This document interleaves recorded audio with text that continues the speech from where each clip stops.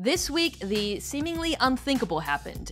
Bill Belichick, the most successful, most feared, most likely to mumble through a 10-minute monologue about kickoff coverage coach in NFL history, was let go by the New England Patriots in what is being described as a mutual parting of ways. Now, it seemed for a while like this might happen, but it's still shocking nonetheless. So I felt we should take a moment to dive into how we got here and whether or not it was the right decision for the Patriots. Let's take a deeper look. So we should start by taking a second, and believe me, this will only take a second, to establish for those who have been living under a rock for the last 2 decades why Bill Belichick is almost universally seen as the GOAT.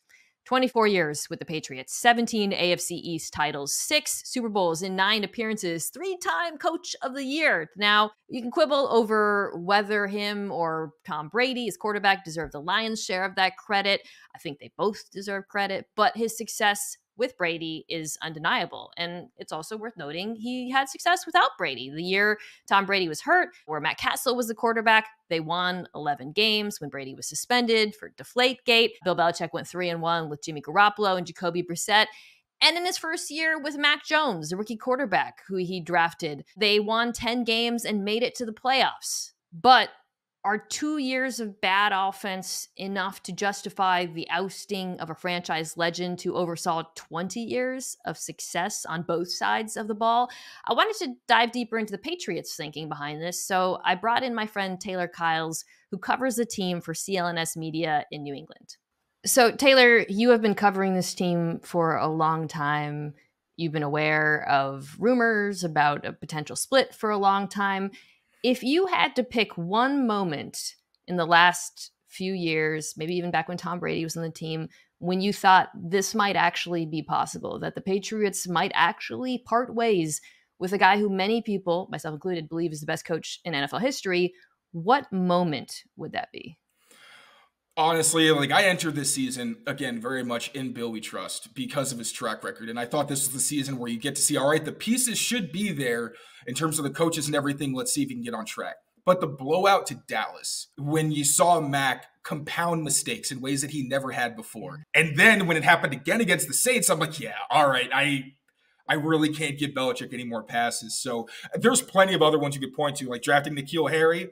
I think if you draft A.J. Brown or Deebo Samuel, you could argue that Tom Brady stays with the Patriots because then he's got that number one real weapon where he's like, all right, they are trying to support me.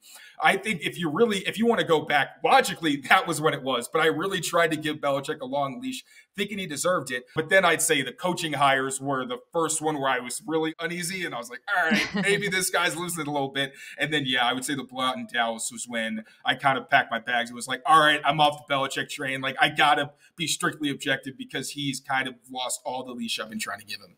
All right, let's take a quick break from this to examine some of the decisions that Taylor's alluding to, specifically Belichick's work as the GM. Now, he's not technically the GM. The Patriots don't have a GM, but it's widely known that Belichick has roster control, that he oversees the drafts, and the drafts, well, they haven't been great. Let's start back in 2018.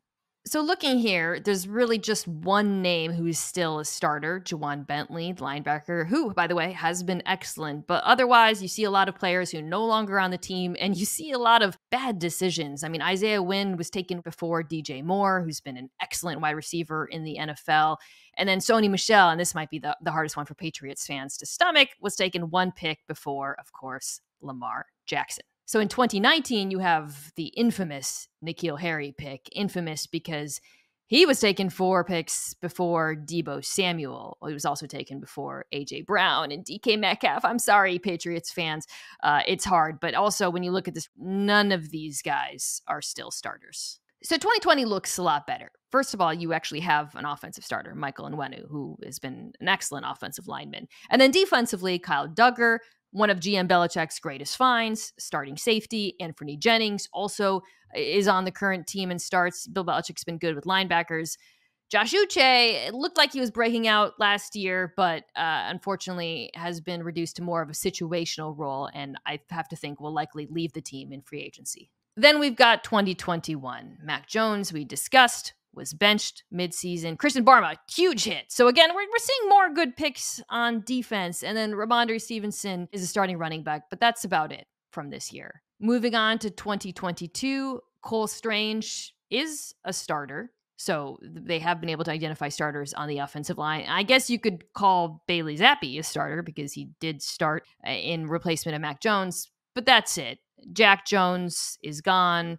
Tyquan Thornton has been injured. We'll see what's to become of him. But again, this doesn't look like a very strong draft. Now, the 2023 draft does look better. Christian Gonzalez in particular, their first round draft pick, was excellent as a starting cornerback before he got injured this season.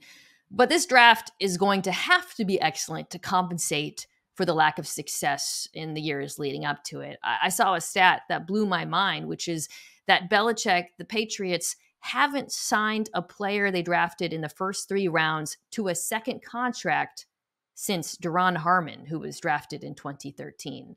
Not great. But his record as the GM, of course, it's not just about drafting, it's also about free agency. And that's another area where Belichick has struggled as of late. So again, going back to the Super Bowl season, the Patriots were mostly quiet for a couple of years until 2021, when they had a ton of cap space. And Bill Belichick spent nearly $160 million in guaranteed money on free agents. That was an NFL record. How'd he do? Not so great. Now, there were a couple hits. Matt Judon has been excellent for New England as a free agent pass rusher.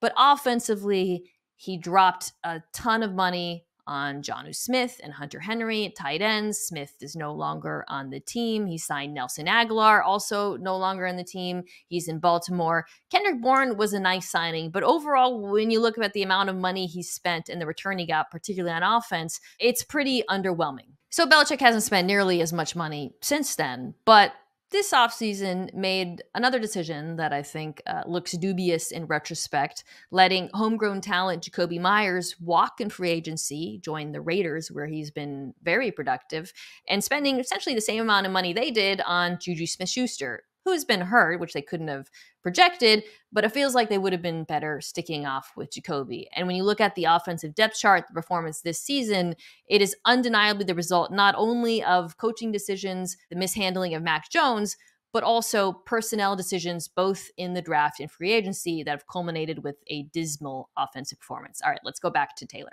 So you have a lot of mistakes in drafting and signing offensive players. You have a quarterback in Mac Jones who was good as a rookie, but not Tom Brady. So there's the inability to elevate offensive players around him. Mm-hmm. And then, and you alluded to this, the lack of development, but also problems in coaching and calling the offense. I would argue perhaps the biggest mistake of Bill Belichick's career is bringing in Matt Patricia and Joe Judge to work on the offense, and Mac Jones' second year as a quarterback. How much do you think of how we got to this point can be directly attributed to that particular decision and the regression we have seen since then from Mac Jones? I think that was the first time that you really saw that Belichick, whether you want to call it ego, the whole Belichick idea of that you want to keep things in-house and, you reward loyalty, all that stuff. But I think that, Robert Kraft was already saying when the Patriots got blown out by the Bills in the playoffs, they were like, we haven't won a playoff game in 3 years. Robert Kraft was already saying, in what you could argue was the best season for the Patriots in the past 5 years, that he wanted change. And then the next season, after he says that, you bring in 2 of your friends who are not qualified. Robert Kraft, again, even tried to take some blame off of Matt Patricia after last season, saying he was put in a position to fail. And he really was not put in a very fair situation. And while obviously Matt Patricia wasn't qualified, there were plenty of issues there, he was also trying to elevate a group of receivers that weren't great. He had a lot of ISOs, and the whole thing was you're scheming this offense like you have guys who can win one-on-one, and they didn't. I'm sure having Jamar Chase and T. Higgins would have made Matt Patricia's job a whole lot easier. But yeah, you see that, again, it makes the roster. You really see how thin it is. But that's even exacerbated when you do bring in Bill O'Brien and you say, okay, we talked about it this offseason where you're thinking that's what's going to get this offense on track because he understands Mac and the Alabama and Patriots offenses. they had enough pros that I think you expected, okay, Devontae Parker's your outside threat. Juju is your possession guy, and Hunter Henry and Kendrick is the big play underneath guy. Like, you had a diversity of talent, but you see Bill O'Brien can only do so much when he doesn't have a consistent offensive line, which Cole Strange has mentioned to me time and again how hard it is to operate when you have different rotations all the time. Offensive tackle, they've had like 15 guys over the past 4 years playing offensive tackle for him. And then you just saw that all the problems that had already been there, as I said, with the roster, it just made them look even worse. And just Belichick's decision-making beyond the roster, including his own coaching staff, really, really regressed. So that brings me back to the question at hand. Was this the right call for New England? It is complicated. Offensively, undeniably, a disaster. Personnel, coaching, choices made over the last few years have not worked out.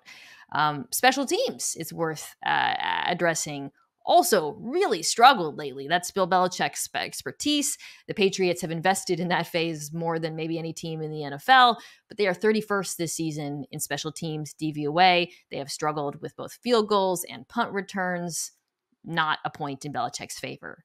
However, the defense has kept chugging along.